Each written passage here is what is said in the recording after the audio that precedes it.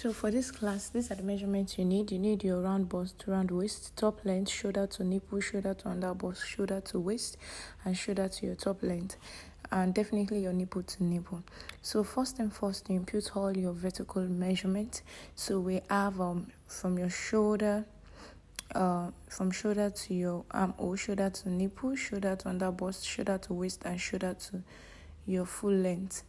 Okay, mind you, for your shoulder to your, okay, you can measure your shoulder to your armhole or your client. Yeah, so just do that on both sides like you see, then connect the lines together to give you your vertical as is your vertical lines. Then after that, we do our nipple to nipple. Then we take this part as a center front, as you see me label. Then from the center front, I mark my nipple to nipple, which is 8. Then I draw a straight line across, as you can see. So that is my central dot line. Then on the, okay, don't forget to always label your line so I don't get confused. So at this point, I was just labeling the parts. And then on the, come to the under bust, you take 1.25 on both sides. This depends on how busty your client is, but for this 1.25 is okay. Then from your nipple line, just come down by ½ inch and connect from that 1.25 as you've seen in the picture. If you don't have a curve, you can use your hand to create a beautiful curve on your pattern paper. So then we'll connect that way back to the top length, as you can see in the video. So the next thing we're going to do is on the center front, come in by ½ inch. You know that middle part of your corset, that is what we're trying to mark here. Just come in by ½ inch. Then measure your under bust to your nipple. Whatever you get, add 1 to it. Then mark from the nipple towards your, as you can see the way I place my tape here. So just mark whatever measurement you get from your under bust to your nipple, add 1 to it. That is if you don't want your boobs to be exposed. So add 1 to it, so to properly cover your boobs. Then the next thing is, as you can see in the video, I just connect that line to give you that shape at the front part. Then whatever I connect back to, the measurements I had before, just as you see in the video. Just watch carefully and you understand. So at this point, I'm just trying to connect from this central part, the side facing the center front, back to that central front. Then on the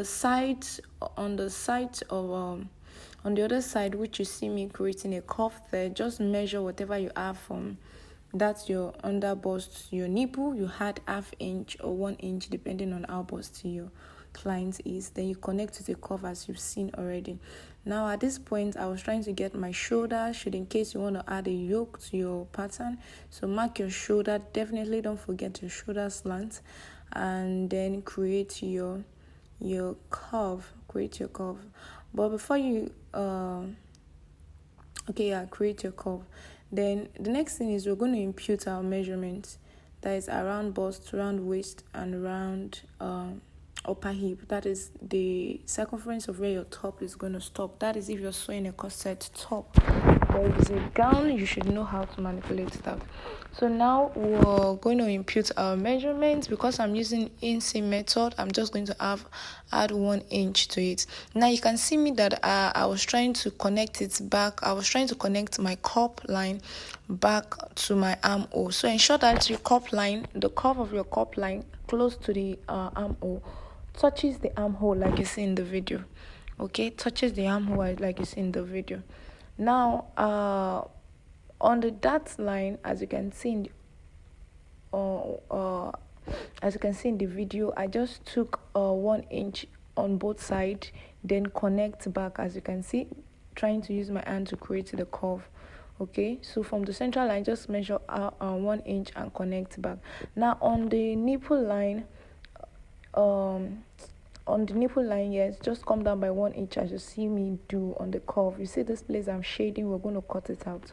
Okay, so now fast forward, we're moving to imputing our round bust, our round waist, and as you can see, because I'm using an inch method, I'm just going to add 1 inch as my seam allowance. Now for the waist, normally we're supposed to replace these 2 inches that we collected for that already. You can measure yours might be lesser than 2, can be more than 2. So you measure your dart, that you see this place, that area shaded, you measure whatever you have there. Normally you're supposed to replace it, but because we are going to be doing some snatching for the waist, instead of replacing 2, I'll be replacing just 1. So depends on what you want, depend on how snatched you want the dress to be. So for me, I'm just taking out 1, then for the back I'll take out 1 also.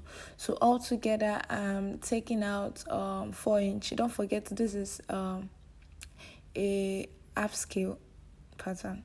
So altogether I'll be taking 4 inches out of the round waist. So then connect your lines, your measurements for your upper hip, the waist and the bust line, as you see me doing the video, to get your front panel.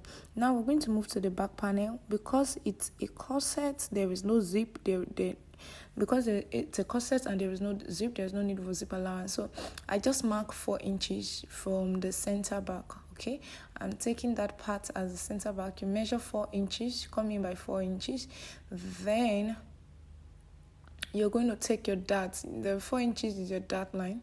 So take your dart, as you can see me do. Take your dart 1 inch. Your normal conventional dart 1 inch. Then the next thing we are going to do. Now I'm going to explain 2 methods in this video. One is using of dart. Then another one is the other one you won't be making use of the dart. So now the next thing I'm going to do is impute my measurements. So I've imputed my round bust. Now this is my round waist. Don't forget this is an half scale, so you have to divide your round bust by 4 plus your closing allowance. Same for the waist and the upper hip. Here your corset top push top. So divide by 4 and add your half. And you see me that at this point you saw that I actually measured my dart. Okay, I measured my dart and I am supposed to replace it, but because I'm subtracting 1 inch from each from the front and back, I did not replace the back dart because it's just 1 inch. So I'm taking that for my snatching. So now at this junction, we're imputing our back shoulder line. Don't forget your shoulder slant. Don't forget your shoulder slant. Now this is important for those who want to make use of a yoke, or want to attach a yoke to your neckline. Now mind you, for the back pattern, if you're attaching a yoke to your back part, to your pattern, to your dress, don't forget that we're going to have lacing at the back. You're going to have your loop at the back. So what I did is to remove 1 inch. That 1 inch is for the opening at the back. Okay, opening at the back. The next thing is I remove another 1 inch. That 1 inch is for eyelets. So the first 1 inch is for your modesty panel, and the second 1 inch is for your eyelets. So now I'm going to teach you the second method you can use for your back dart, your back panel. So we're going to be removing, instead of using your dart, so you in this method you don't need your dart, so there is no need of imputing your dart line. Okay, so all I will do in this video is to subtract that 1 inch I used for my dart. As you can see on the waistline, I went in by 1 inch, then connect back to my bust and to my my top length, as you can see me do in the video. So that's 1 inch, I'm going to cut it out, so it's going to be more like there is no dart for the back panel. I do this because I don't want any joining at the back panel. So the next thing is the yoke. You can be creative with your yoke. Mind you, your yoke must stop at your eyelets. As you can see, it must stop at your eyelets. So your yoke does not exceed your eyelets, as you can see the video. So you can pause and rewind to watch very well. So the next thing is I'm just drawing my front yoke, the front neck, whatever kind of neck you want for your front panel, you just draw it out and you have your front yoke. So if you're making a corset dress, a corset with a yoke, you can make use of this method to draft your pattern. So at this point, I'm just cutting out the pattern. Just watch. So if at this point you have not yet subscribed to our YouTube channel, please ensure you do, so that you'll be the first to be notified whenever we update any of our tutorial video that are going to be helpful, because we're going to be doing this back to back now. So ensure you hit the subscription button. Ensure you hit the subscription button, and also don't forget to like our video.